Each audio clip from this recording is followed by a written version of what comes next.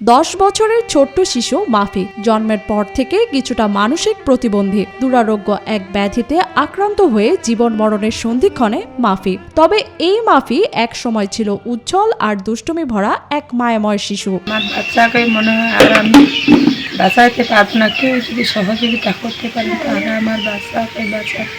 গেল 2 বছর আগে থেকে তার পায়ুপথে শুরু হয় চুলকানি, এমনকি পায়ুপথ দিয়ে বের হয় রক্ত। অনেক সময় পলিথিন ঢুকে নিজে নিজে চুলকায় সে। প্রথমে বাবা মা বুঝতে না পারার কারণে আস্তে আস্তে এই অসুখটা তার ভয়ঙ্কর রূপ ধারণ করে। পায়খানার দরজা দিয়ে আগে ওই মাথা হেঁটে দেয়, কোটি উপরে দিয়ে কুড়াইতে রক্ত বাইর হয়ে যায়।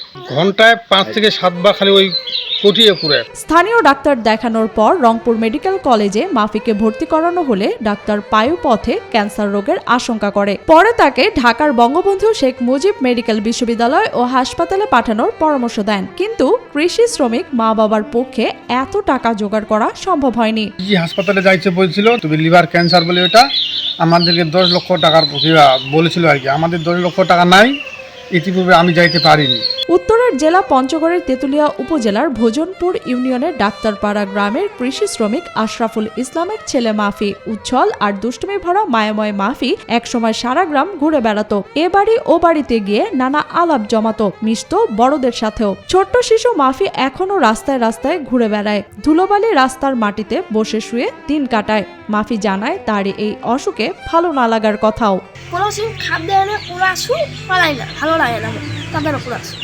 টাকা পয়সা না, আমরা গরিব। মাফির বন্ধুরা জানায় অন্য বন্ধুদের মতো মাফিও একসময় তাদের সাথে হাসতো, খেলতো, দোকানে যেত, কিন্তু অসুস্থ হবার পর সে আর আগের মতো নেই।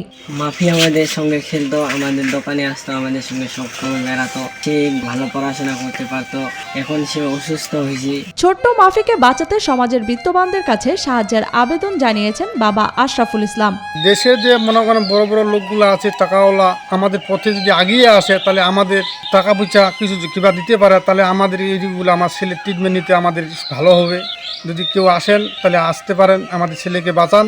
প্রতিবেশী ও বন্ধুরা বলছেন শিশু মাফির চিকিৎসায় দরকার অনেক টাকা। মাফিকে বাঁচাতে সমাজের বিত্তবানদের কাছে সাহায্যের আহ্বানও জানিয়েছেন তারা। চিকিৎসা করার জন্য তার পরিবারের কাছে যথেষ্ট পরিমাণে টাকা নেই। এখন যদি তার জন্য কেউ যদি কোনো চিকিৎসার জন্য টাকা দেয় বা সে যদি আরো সুস্থ হয় আমাদের সঙ্গে খেলতে পারে, তাহলে আমাদের অনেক ভালো লাগবে। আগে অনেকটা ভালো ছিল, আমাদের সমাজে সবার বাড়িতে যাইতো, ঘুরতো, এমন সময় মসজিদেও যাইতো, নামাজ পড়তো। ওর চিকিৎসার জন্য আমরা কিছু করতে পারতেছি না, সরকারিভাবেও যেন তাকে একটু সহায়তা যেন করা হয়, যেন অল্প কয়েকদিনের মধ্যে আমরা তাকে সুস্থতা করতে পারি।